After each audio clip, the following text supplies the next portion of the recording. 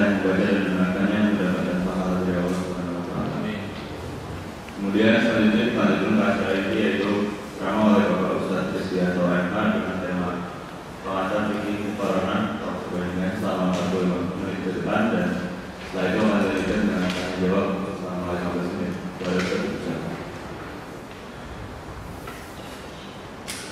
Assalamualaikum warahmatullahi wabarakatuh.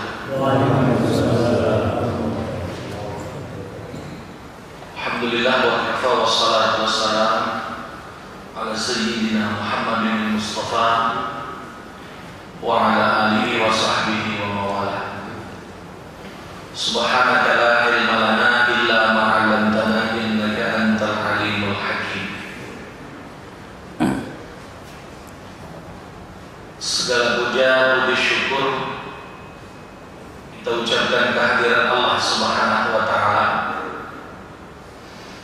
keselimpahan karunia nikmat atas pertolongan Allah ataupun ma'unah Allah. Kita semua dapat berhadir bertemu di majelis taklim yang dirahmati Allah ini. Kita berdoa kepada Allah agar kiranya pertemuan hari ini mendatangkan barokah dan pada akhirnya menjadi nilai pahala bagi kita semuanya. Salawat dan salam kita persembahkan kehadiran alam Sayyidul Anam Nabi besar Muhammad Rasulullah sallallahu alaihi wa alihi wasallam. Bapak Ibu hadirin wal hadirat yang dirahmati Allah Subhanahu wa taala. Pada kajian pagi hari ini, dan ini merupakan kajian yang perdana Pak ya. Kita semua dapat bertemu. Kajian pada pagi hari ini tentunya kita akan melihat, kita akan membahas sejenak tentang fikih perbandingan ataupun yang disebut al-fiqh al-muqaranah. Perlu dipahami bahwa Islam itu kan satu agama yang mempunyai ataupun memiliki kajian disiplin dari berbagai ilmu. Ketika umat Islam itu mau mengkaji satu ilmu yang berkaitan dengan kajian ilmu ketuhanan, maka disebut dengan kajian itu adalah kajian tauhid, yang biasa kita kenal dengan kajian ilmu akidah.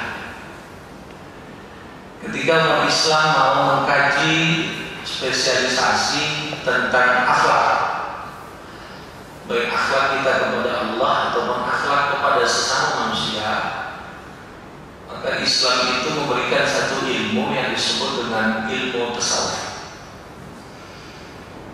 Dan ketika umat Islam itu mau berbicara tentang kajian syariat,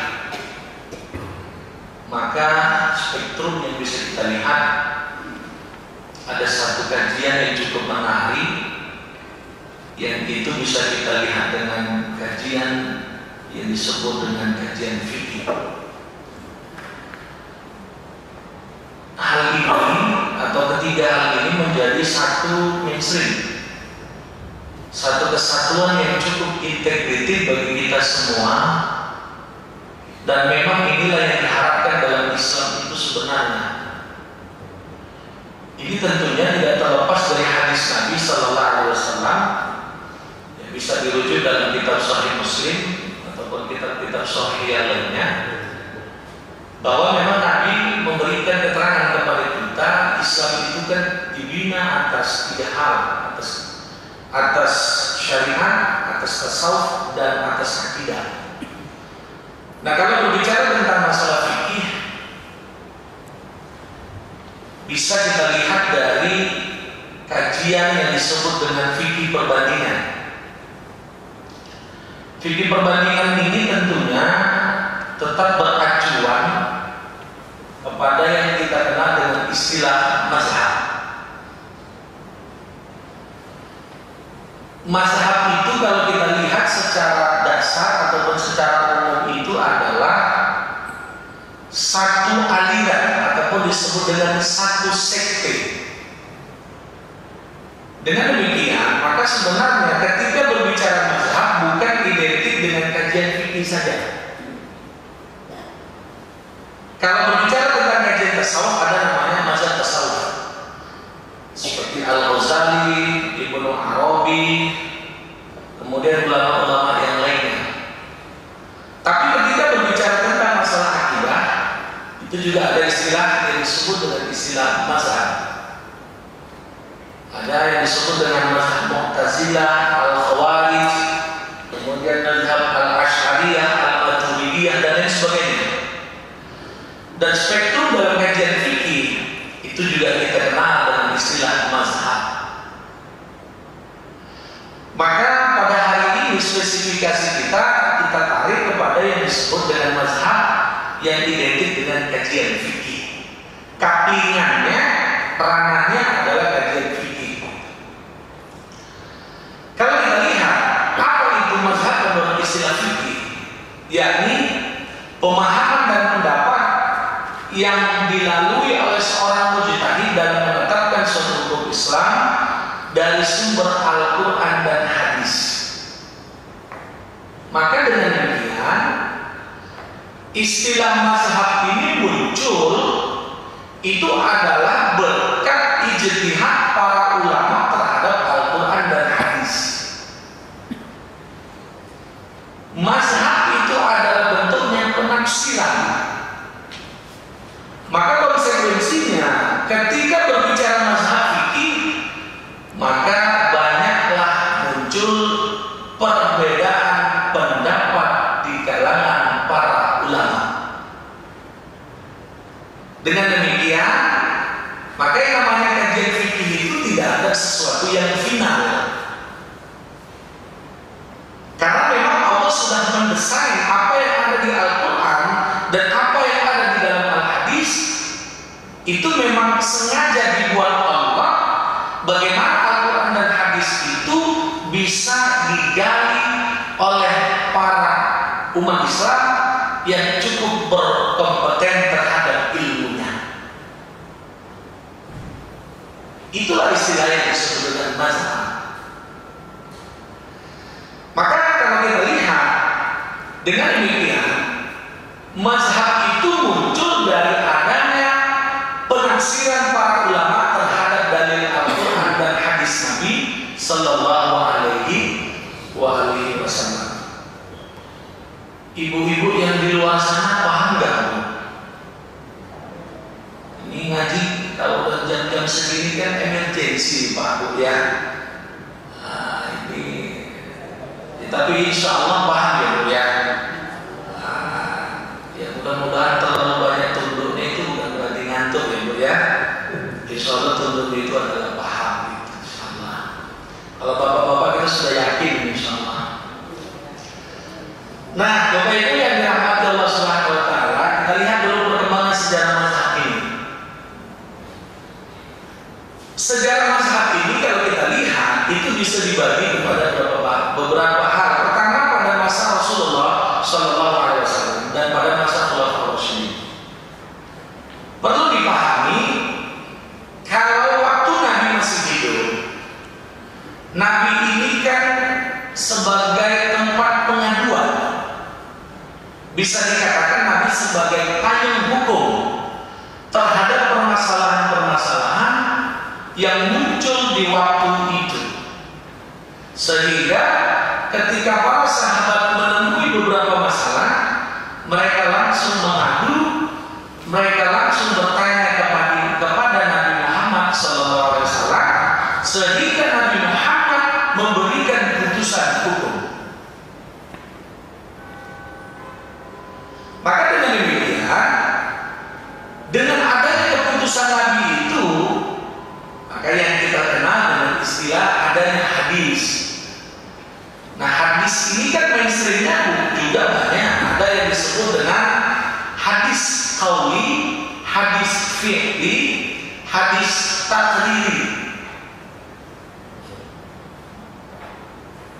Hadis qauli itu ucapan Nabi. Apa yang diucapkan Nabi itu menjadi sumber hukum. Apa yang dilakukan Nabi itu adalah sumber hukum. Diamnya Nabi tidak memberi komentar, itu juga menjadi sumber hukum bagi umat Islam. Itulah yang disebut dengan hadis Nabi Sallallahu Alaihi Wasallam. Dan ternyata cukup banyak memang hadis yang bersifat dengan fi'li, perbuatan. Seperti ibadah sholat, itu sholat rata-rata hadis yang bersifat dengan fi'li. Karena para sahabat mengikuti Nabi sholat bagaimana caranya, maka itulah sebagai sumber hadis dalam perintah sholat. Haji juga begitu, lebih banyak hadis itu bersifat dengan fi'li, dengan tidak menafikan hadis yang bersifat dengan qauli atau ucapan. Maka sebenarnya memang istilah mazhab ini Pak Bu, pada masa Nabi itu nggak ada penyebutan istilahnya, itu tidak ada. Cuma memang sebenarnya kalau kita lihat kenapa tidak ada, karena memang semua permasalahan itu kembalinya sebagai yang Nabi itu sebagai penentu hukum di waktu itu, itulah yang disebut dengan era munculnya mazhab tadi. Kemudian pada masa pemerintahan dan dinasti Umayyah dan Abbasiyah, di mana ketika inilah mazhab-mazhab Islam mulai muncul dan berkembang. Jadi begini, pada masa dinasti Umayyah dan Abbasiyah inilah munculnya istilah mazhab yang biasa kita kenal itu. Kemudian pada era kejatuhan Islam, ini nanti kan Islam ini kan kalau dari segi pemikiran kan memang terjadi sejarah-sejarah yang cukup tidak mengenakan. Pertama, Islam itu sangat luar biasa. Kemudian masa selanjutnya Islam itu mengalami masa kevakuman. Nah, pada masa dinasti Umayyah atau pada masa dinasti Abbasiyah ini munculnya mazhab yang kita kenal itu. Kalau kita merujuk kepada sejarah, munculnya istilah mazhab itu yang kita kenal dengan 4 mazhab. Yang paling senior itu kan sebenarnya di 4 mazhab itu kan adalah mazhabnya mazhab Hanafi. Jadi kalau runtutannya, hierarkinya kan Hanafi, Maliki, Syafi'i, Hambali. Keempat mazhab ini kalau kita lihat, yang paling senior adalah mazhab Hanafi. Antara Maliki, Hambali sama dengan Syafi'i, ini mereka sempat berguru. Maka kalau kita teliti nanti pendapat mereka, itu nggak jauh beda Pak. Kalau istilah orang Medan disebut dengan beda, beda tipis. Antara Maliki, Syafi'i dan Hambali. Karena menurut sejarahnya, Imam Syafi'i itu langsung belajar kepada Imam Maliki. Kalau kita lihat kan bagaimana Imam Syafi'i itu umur 7 tahun sudah hafal Quran Pak ya. Sudah hafal Quran, kemudian beliau langsung belajar kepada Imam Malik. Menurut sejarahnya Imam Syafi'i itu hafal kitab Al-Muwatta yang dikarang oleh Imam Malik itu umurnya 9 tahun. Kita 90 tahun Pak ya. Udah hafal, baca hadis sudah tamat. Ya, saya ingin mengatakan bahwa ya itulah mereka yang cukup luar biasa kemampuannya untuk memahami keislaman itu, Pak ya. Jadi kemudian Imam Hambali sendiri pernah berguru kepada Imam Syafi'i. Jadi sebenarnya kalau kita lihat perkembangan mazhab ini, 3 mazhab itu nggak jauh beda pendapatnya. Yang cukup berbeda itu adalah Hanafinya. Jadi makanya munculnya 4 mazhab ini, dan banyak juga mazhab yang lain seperti mazhab Sufyan As-Tsauri, kemudian mazhab yang disebut dengan mazhab Daud Az-Zuhairi, itu banyak. Nah kemudian pada masa era kejatuhan Islam, sehingga Islam menganggap mazhab yang ada itu segala-galanya.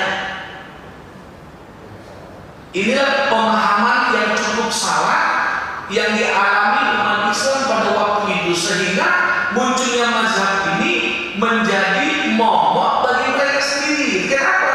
Karena mereka menganggap bahwa mazhab itu itulah Islam. Maka pada waktu inilah disebut dengan ada satu statement mengatakan pintu ijtihad itu telah tertutup. Inilah yang tidak benar. Padahal para ulama mazhab itu memberikan pemahaman keislaman kepada umat Islam, bukan berarti mazhab yang ada itu dianggap segala-galanya bagi umat Islam. Maka kalau kita lihat sendiri pun, kalau Imam Syafi'i berkata, kalau pendapatku itu benar, ambillah. Tapi kalau pendapatku salah, lo ambil. Imam Maliki juga berkata seperti itu. Tapi perlu dipahami, ini kan ucapan orang yang cukup elegan. Ini adalah ucapan orang-orang yang berilmu, sehingga ya kita lihat apakah ada pendapat imam mazhab yang itu salah menurut umat Islam. Itu kan juga menjadi permasalahan bagi kita semua. Maka kata Imam Syafi'i itu, kalau memang pendapatku itu benar, ambil saja, tapi kalau tidak, tidak usah. Nah, pada masa era kegagalan Islam inilah bahwa mazhab itu dianggap segala-galanya. Kenapa? Karena umat Islam tidak melakukan satu kegiatan yang disebut dengan ijtihad yang lain. Gitu. Kemudian pada masa era kebangkitan umat Islam dan ilmu-ilmunya sama ada dalam konteks atau ijtihad ulama mutakhir. Nah, pada masa ini kembali Islam itu berkembang dan maju karena mereka juga mulai banyak melakukan kegiatan yang disebut dengan ijtihad di kalangan ulama pada waktu itu. Jadi saya ingin mengatakan begini Bapak Ibu yang dirahmati Allah. Ternyata memang Islam itu di tengah-tengah masyarakat kita semua cukup mengalami posisi yang dinamikanya itu cukup banyak gitu. Mengalami kejayaan, merosot, jaya lagi kan gitu. Nah kita lihat ya, tokoh-tokoh yang dimaksud dalam kajian mazhab ini adalah Abu Hanifah. Abu Hanifah ini pelopor lah yang disebut dengan mazhab Hanafi. Kemudian Sufyan Ats-Tsauri, kemudian adalah Imam Syafi'i, Imam Maliki, Imam Syafi'i dan Imam Ahmad bin Hanbal. Kemudian yang disebut dengan Daud, yaitu Daud Az-Zahiri dan Muhammad bin Jabir At-Tabari. Semua mazhab ini berkembang di tengah-tengah masyarakatnya. Kalau kita lihat perkembangannya Pak, ternyata mazhab Hanafi ini lebih banyak dipakai di Pakistan, India, Bangladesh, Sri Lanka, Maladewa dan negara Asia Selatan. Mereka banyak memakai konsep mazhab Hanafi. Kemudian kalau mazhab Maliki itu banyak dipakai di negara bagian Afrika, Barat dan Utara. Dan kalau mazhab Syafi'i ya ini banyak di Asia Pak ya, seperti Indonesia dan Turki, Irak, Syria, Iran, Malaysia, Brunei Darussalam. Itu yang dikenal dengan kalangan orang Asia, itu banyak memakai mazhabnya yaitu mazhab Syafi'i. Kalau Imam Ahmad bin Hanbal, negara semenanjung Arab seperti Arab Saudi. Nah, kita lihat konteks keindonesiaan. Ternyata konteks keindonesiaan ini Islamnya itu ditinjau dari kajian fikih lebih banyak alirannya kepada mazhab Syafi'i. Muncul satu pertanyaan, kenapa umat Islam di Indonesia banyak menganut dengan disebut dengan mazhab Syafi'i? Kalau kita lihat sejarah, dan ini merupakan satu penelitian bahwa karena di waktu itu para ulama, para cendekiawan Islam di waktu itu banyak mereka menggali ilmu di Arab Saudi, di Timur Tengah, Makkah dan Madinah. Mereka banyak mengkaji kajian-kajian yang nuansanya adalah mazhab Syafi'i.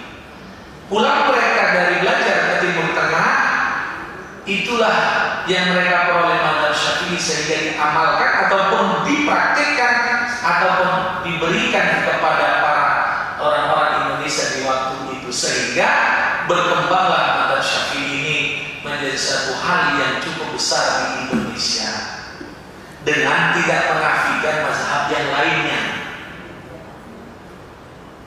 Kalau kita lihat kan mazhab Syafi'i ini, kalau kita lihat konteks di Indonesia yang lebih mengkerucut lagi, ternyata memang saudara-saudara kita dari NU itu Nahdlatul Ulama itu kan mereka banyak menganut dengan yang disebut dengan mazhab Syafi'i.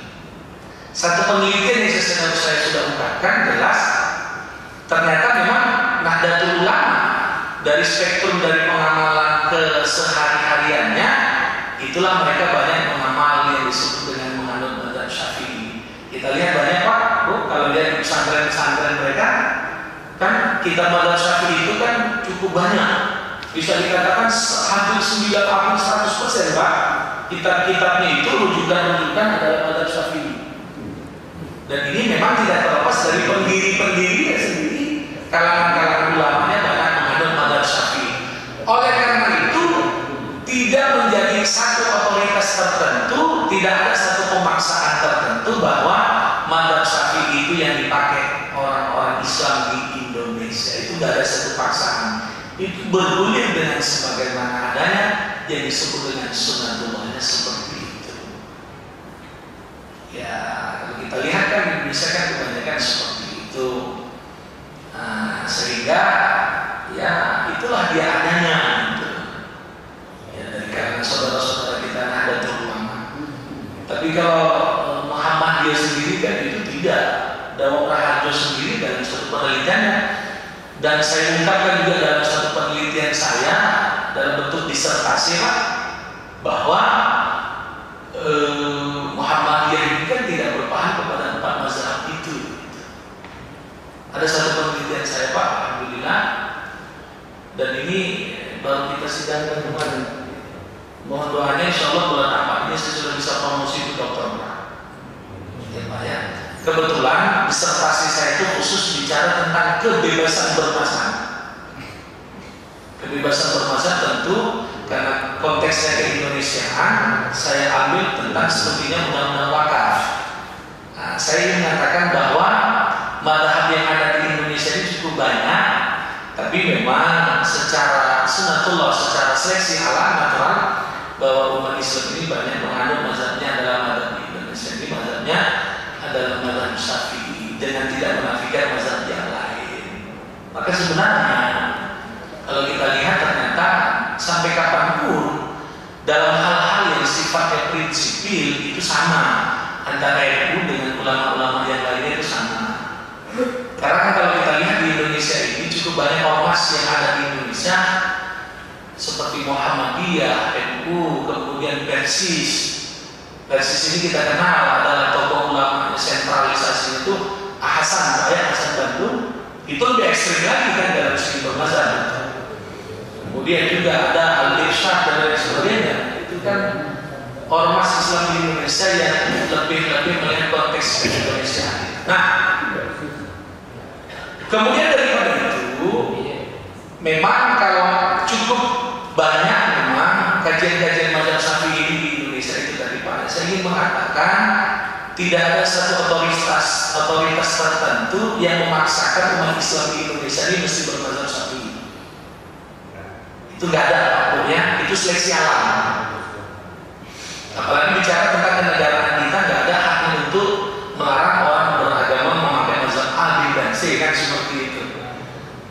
Nah, kenapa? Ya itu tadi, karena transfer keilmuannya kebetulan mereka itu adalah mazhabnya mazhab Syafi'i. Karena mereka bersentuhan kepada ulama-ulama yang bermazhab Syafi'i. Seperti kita lihat ulama Imam Nawawi, Al-Jawi, Al-Bantani juga kan, itu kan Syafi'iyahnya juga kental banget itu. Jadi saya ingin mengatakan bahwa ya kedudukan semua mazhab ini sama di hadapan Allah. Seandainya pun nanti mereka dimasukkan ke dalam surga oleh Allah Subhanahu wa taala, keempat mazhab itu ya mereka juga surga yang sama, nggak ada dibedakan oleh Allah Subhanahu Wa Taala. Sama itu Pak ya. Jadi nggak ada bedanya nanti Imam Maliki karena mazhabnya mengaku sedikit, duduknya di surga ini nggak ada sama itu. Kenapa? Karena memang itu mereka punya otoritas, punya satu hal yang sangat luar biasa dibandingkan dengan lainnya. Kesimpulannya kalau hukum bermazhab ini, jadi bisa dicek dalam kitab para ulama itu. Bagaimana bermazhab ini? Ada satu pendapat mengatakan wajib bermazhab kepada satu pendapat saja. Mazhab satu aja, nggak boleh diganti mazhab. Yang kedua, dibebaskan bermazhab. Yang ketiga, pendapat ulama itu ada mengatakan haram itu bermazhab. Kalau pendapat yang mengungkapkan mesti bermazhab kepada satu mazhab saja, kalau sudah Syafi'i, Syafi'i aja gitu, nggak boleh bisa-bisa, nggak boleh tukar-tukar Pak. Itu nanti diwakili oleh Syekh Ramadan Al-Buki.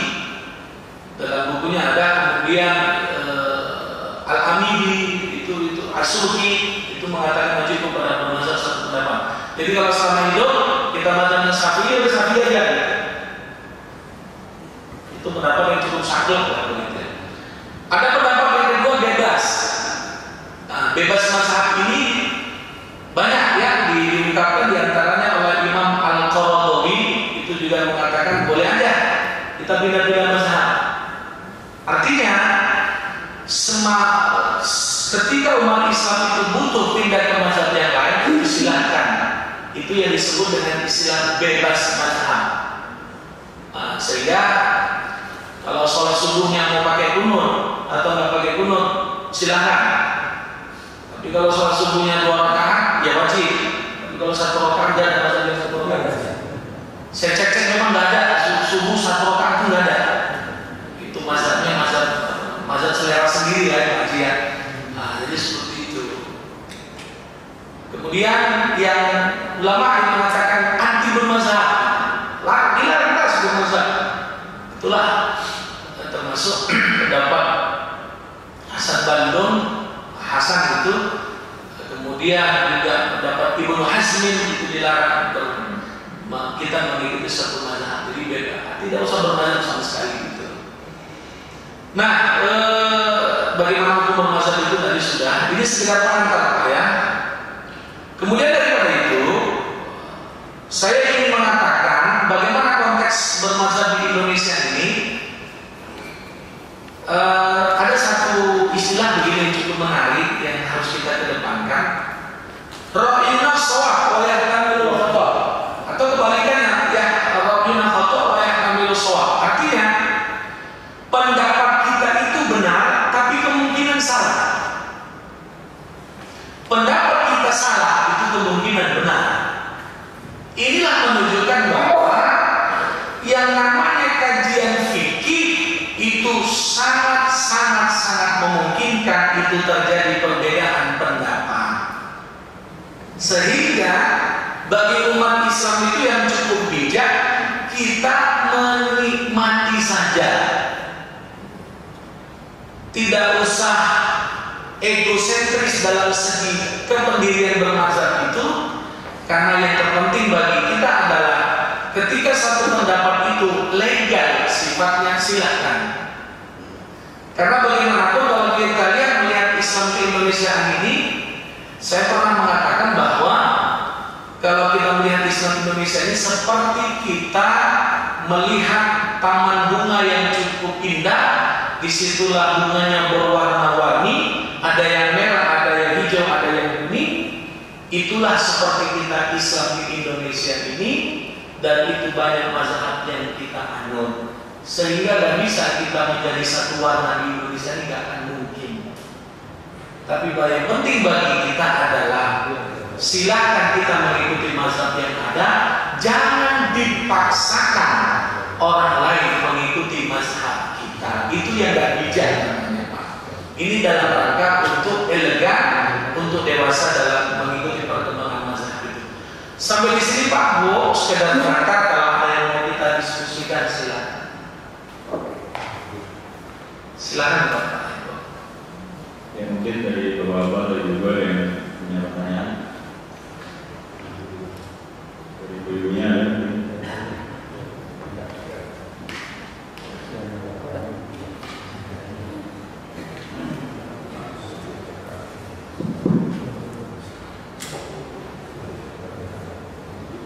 Bismillahirrahmanirrahim. Assalamualaikum warahmatullahi wabarakatuh. Pak, saya ingin bertanya Pak Ustaz, mengenai mazhab kan belum begitu paham pendapat mazhab ini gitu ya. Kadang ada kita biasanya melakukan sholat subuh tidak memakai kunut, tapi dekat rumah ada yang memakai kunut. Apakah kita harus menghargai karena dia sudah biasa memakai kunut lalu kita pakai kunut? Sedangkan ada pendapat bilang kalau mazhab satu ini nggak boleh campur-campur, itu bagaimana Pak Ustaz? Terima kasih. Assalamualaikum warahmatullahi wabarakatuh. Iya. Kajian hari ini kan kajian yang bersifat pengantar Pak ya. Ya, insyaallah kapan-kapan ketemu kita akan bicara dalam kajian-kajian yang sifatnya di mana terjadinya perbedaan pendapat di kalangan para ulama. Contohnya masalah kunut sendiri pun ini kan banyak hadis. Memang semua ini berawal kepada praktek Nabi Muhammad sendiri. Memang itulah pola adanya, sehingga bagi kita yang ya kita katakan madzhabnya Syafi'i itu memang kunut kan hukumnya sunnah. Ya, apalagi berbicara yang tidak substansi ya masalah furu'iyah itu, masalah-masalah kunut itu bagi kita yang penting Bu, sikap yang bijak itu ya ikuti saja gitu. Jadi bagi kita nikmati, sehingga kalau memang ada satu masjid yang pakai kunut, ya kalau memang kita mau kunut pakai, kenapa rupanya? Ya nggak boleh dicampur-campur, itu mazhabnya campur-campur. Ya itu campur, istilahnya mazhabnya gado-gado Pak ya. Campur sari Pak ya. Contohnya begini, itu namanya talfik Ustaz ya. Itu talfik itu memang tidak boleh. Talfik dalam satu mazhab. Contohnya begini, seperti kita berwudunya pakai wudhunya mazhabnya mazhab Maliki gitu ya. Mazhab Maliki kan kalau berwudhu itu kan wajib digosok kalau kita berwudhu. Jadi digosok ini Pak ya, nggak boleh disiramkan air ada gitu. Kalau menurut mazhab Syafi'i kan sunat digosok. Dan setelah selesai wudhu dia bersentuhan dengan istri seorang suami. Menurut mazhab Maliki itu batal. Menurut Syafi'i itu batal. Sholatlah dia. Pertanyaannya, wudhunya bermasalah enggak? Pasti bermasalah. Kalau memang dia mau pakai Maliki yang wudhunya digosok, ternyata tidak. Setelah dia berwudhu bersentuhan dengan kulit istrinya atau bersentuhan dengan istrinya, kan menurut mazhab Syafi'i batal. Kalau menurut mazhab Maliki atau Hanafi itu tidak batal. Yang batal itu adalah maaf, yang disebut bersentuh itu adalah memang melakukan hubungan suami istri, itu batal. Kalau menurut mazhab Syafi'i kan tidak, bersentuh aja batal. Pertanyaannya, ini kan mazhabnya mazhab gado-gado, sehingga dia sholat saja, dia wudhunya tidak digosok. Setelah tidak digosok, dia setelah berwudhu bersentuhan dengan istri. Ini dua, kalau prakteknya seperti ini, karena dia ikut sholatnya sah atau tidak? Inilah namanya mazhabnya mazhab campur sari ya kata kita dia. Kenapa? Karena wudhu ini juga nggak ada yang membela para ulama tadi gitu Bu ya. Itu istilahnya namanya talfik. Talfik yang dalam satu ibadah itu nggak boleh, satu qadiyah itu dilarang gitu ya. Itu sepakat para ulama ya. Jadi tidak ada ulama yang membackup-nya gitu. Ya karena menurut mazhab Maliki wudhu itu wajib digosok. Kan gitu Ustaz ya, wajib digosok ya. Tapi kalau menurut mazhab Syafi'i kan sunnah. Setelah berwudhu dia bersentuhan dengan istri. Bersentuhan dengan istri menurut Syafi'i batal, menurut Maliki tidak. Itu satu contoh. Jadi Bu, sikap yang bijak adalah masalah kunut tadi ya ikuti saja. Pakai kunut boleh, pakai kunut enggak, pakai kunut pun enggak apa-apa. Maksud saya begini, tapi kalau sudah biasa kita praktekkan di tempat kita pakai kunut, dia pakai kunut aja gitu. Gak usah, udahlah, berubah aja langsung seperti kunut lah. Ya itu kan namanya. Saya pikir itu Bu ya, tentang perbedaan gitu. Insya Allah kapan-kapan nanti kita bicarakan yang lebih khusus lah. Ada lagi Bapak? Silakan. Ya silakan. Ustaz. Ya. Di tanah suci itu, Masjidil Haram, itu kan seringkali terjadi di luar maghrib itu ada pengajian.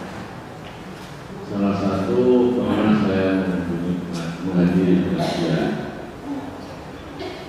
ustaznya orang Malaysia, tapi sudah lama mabok di sana. Bahasanya bahasa Indonesia, Melayu. Dia cerita tentang batal itu. Batal menunjuk kulitnya orang wanita itu tergantung nafsu. Jadi kalau dia menggunakan pakaian yang banyak tebal sekali, kalau menyinggung kulitnya wanita itu nafsu, itu batal. Kata dia. Tapi kalau dia nggak pakai baju juga nggak nafsu, ya nggak apa-apa. Mazhab ini oleh dia namanya mazhab, bukan mazhab itu, ya, akal, rasul. Agama kita ini kan agama yang masuk rasul. Karena itu saya kok memahami rasul saya lima seperti itu. Jadi ketika saya doa, disandung kaki saya sama wanita, turki ya Tuhan, ya, saya merasa nggak batal. Kalau aku batal, ujungnya kemana? Jauh sekali. Ya terus saja doa, karena mengikuti akal itu. Apa tidak ada solusi seperti ini? Maka hati yang seperti ini. Gimana Ustaz? Ya, itu pertanyaan cukup bagus. Tapi sebenarnya yang disebut itu adalah, nah disitulah kita itu kan ada satu hal yang sifatnya darurat, itu kan boleh kita pindah mazhab. Bukan sebenarnya, makanya saya bilang gini tadi, bolehkah kita pindah mazhab? Itu cukup boleh, seperti suasana dalam seperti itu. Jadi saya pikir begini, tidak usah berdasarkan akal rasul kita. Kalau kita lihat ternyata ada ulama yang memberikan, saya pikir kan bisa. Sehingga tidak ada ke mazhabnya mazhab Hanafi. Apalagi sifatnya adalah emergensi seperti itu kan. Jadi ya jelas memang Islam itu cukup menghargai akal para ulama, akal kita itu juga. Tapi kan harus dipahami sejauh mana akal itu meranahnya dan begitu. Jadi kalau saya pikir kasus bapak tadi sudah benar, sehingga bapak lanjutkan dengan tolofnya, karena itu juga ada ulama yang membackup-nya. Jadi saya pikir tidak ada mazhabnya, apalagi sifatnya darurat seperti itu kan. Jadi kan Hanafi juga nggak batal itu. Jadi memang ya betul kan Ustaz ini bahwa ya Rasulullah itu cukup tinggi itu kita permainkan dalam Islam itu. Tapi pertanyaan kita kan tidak semua Islam itu bisa kita rasionalkan. Karena bagaimanapun wahyu itu tetap membimbing. Saya ingin mengatakan begini, kenapa Islam itu tidak selalu rasional begini? Ada hadis Nabi, kata Nabi begini, Nabi menyuruh Ali atau Utsman itu menyapu 2 sepatu khuf. Tapi Nabi menyuruhnya yang disapu itu bukan bawahnya kaki, bukan tapak kakinya, bukan tapak bawah sepatu, tapi yang disuruh Nabi yang atasnya. Menurut akal manusia, rasional manusia, yang kotor kan yang bawah, bukan yang atas. Kan begitu. Tapi kenapa Nabi berpesan kepada Ali dan Utsman yang disuruh sapu itu yang atas, bukan yang bawah? Maka kata Nabi, kalau agama hanya sekedar berdasarkan rasionalitas semata, maka pasti yang dibasuh adalah yang bawah. Tapi kenapa yang dibasuh adalah atas? Saya mengatakan bahwa Islam itu rasional tetap dijunjung tinggi, tapi rasional itu tetap dibimbing oleh wahyu dan hadis-hadis Nabi. Sampai kapanpun antara Al-Quran dan hadis tidak akan pernah berbeda dengan rasional umat Islam. Sampai kapanpun. Kan begitu Pak ya. Kalau akal kita mungkin berbeda, mungkin akal kita yang belum mendapatinya. Saya pikir seperti itu Pak Haji. Jadi sikap dia seperti itu Bapak tadi betul. Saya pikir pindahkan mazhab yang lain. Welcome aja silahkan. Karena ada ulama yang membackup-nya Pak. Begitu. Yes, ada dia silahkan. Iya Bapak itu betul.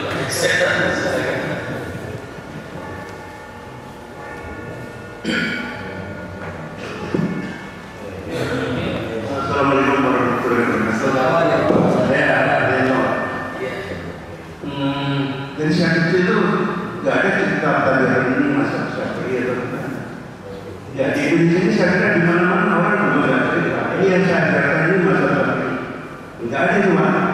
Jadi kalau saya cenderung jaksa dalam ajaran apa kembali kepada masa apa rasional. Islam itu kan dia berbeda rasional dan itu diajarkan itu. Lah kalau sekarang kita cerita masa ini kan jadi nantinya kita pada perbedaan betul dengan ekonomi juga dan saya kira siapa yang mau ikut tapi gambar yang dimiliki yang saya kira yang terbaik itulah yang kita dengar apa yang kita terjadi dan kembali kita berkata terima kasih. Ya, ya begini Pak ya, memang apa yang Bapak ungkapkan tadi itu benar, tapi permasalahan Islam ini kan bukan permasalahan cukup sederhana yang kita bayangkan itu. Sehingga kalau saya berpikir begini, saya mengatakan kita nggak usah bermasalah ikuti Al-Quran dan hadis. Cocok, itu sepakat, itu wajib. Pertanyaannya, kalaupun kita ikut hadis Bukhari Muslim itu, Sahih itu kita Bukhari Muslim itu Imam Bukhari juga bermasalah atau Sahih. Imam Nawawi juga ngikutnya kepada mazhab Syafi'i. Kenapa? Karena banyak mereka meriwayatkan hadis yang sumbernya dari Imam Syafi'i. Perlu dipahami, Syafi'i sama Bukhari Muslim itu kan itu hidupnya jauh itu. Duluan Syafi'i baru ke Bukhari dan Muslim. Jadi perkara besar ini mengatakan bukan berarti ketika adanya mazhab ini saya pikir kita dari berpecah belah. Saya pikir itu juga sikap yang tidak bijak. Saya pikir dari dulu juga ulama kita pun nggak usah jauh-jauh antara baik kuno dengan tidak kuno juga kan nggak berpecah belah kan. Saya pikir seperti itu. Maka ya ketika kita berbicara tentang Al-Quran dan hadis, kalau memang kita sanggup untuk langsung merujuk kepada Al-Quran dan hadis silakan gitu. Jadi saya mengatakan bahwa kalaupun kita mainstreamnya ketika berbicara tentang itu bukan berarti kita memecah belah itu juga tidak. Nah bagaimanapun mereka juga bahkan Imam Syafi'i sendiri tidak dulu kan kita ikut mazhab dia. Jadi intinya Pak, saya ingin mengatakan ketika kita berbicara mazhab itu memang tidaklah ranahnya itu untuk mencoba, itu tentu tidak. Ya selama ini pendidikan kita itu ya udah Al-Quran dan hadis saja. Tapi ketika kita merujuk kepada satu pendapat, itu pasti ranahnya ke situ. Karena memang Al-Quran dan hadis didesain oleh Allah itu mungkin memang bisa terjadi perbedaan pendapat itu. Saya pikir itu Pak. Silakan Pak.